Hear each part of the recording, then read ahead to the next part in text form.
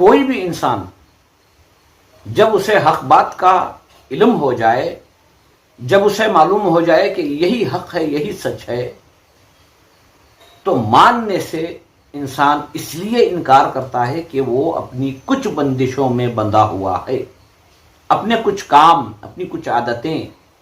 اپنے کچھ رسم و رواجوں کو وہ مان کر چلا آیا ہے، وہ اسے چھوڑنا نہیں چاہتا۔ جب انسان میں ماننے کی صلاحیت آ جائے، یقیناً وہ اللہ کی طرف رجوع ہو جاتا ہے، لیکن جس کے اندر ضد ہے،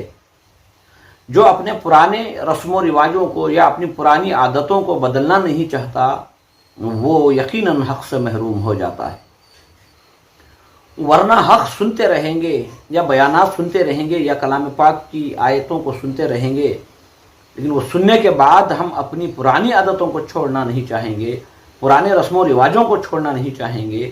ہمارے پرانے رویے کو ہم چھوڑنا نہیں چاہیں گے، تو کلام پاک کا سننا یا واعظ و نصیحت کا سننا ہم پر کوئی اثر کرنے والا نہیں۔ اللہ سے دعا کرو جو حق ہمیں معلوم ہو چکا ہے، اس حق کو جان کر، پہچان کر، اس کے مطابق ہمیں استقامت کے ساتھ عمل کی توفیق عطا فرمائے۔